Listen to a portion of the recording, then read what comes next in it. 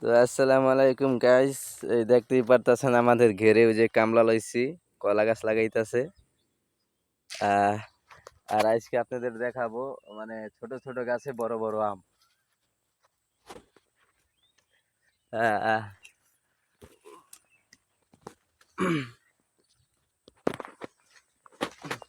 এই দেখেন কতটুকু একটু গাছ, আর মানে আম বিশাল বিশাল আম। এই যে দেখছেন এক একটা আম মনে হয় আধা কেজি ছাড়াই দিবে।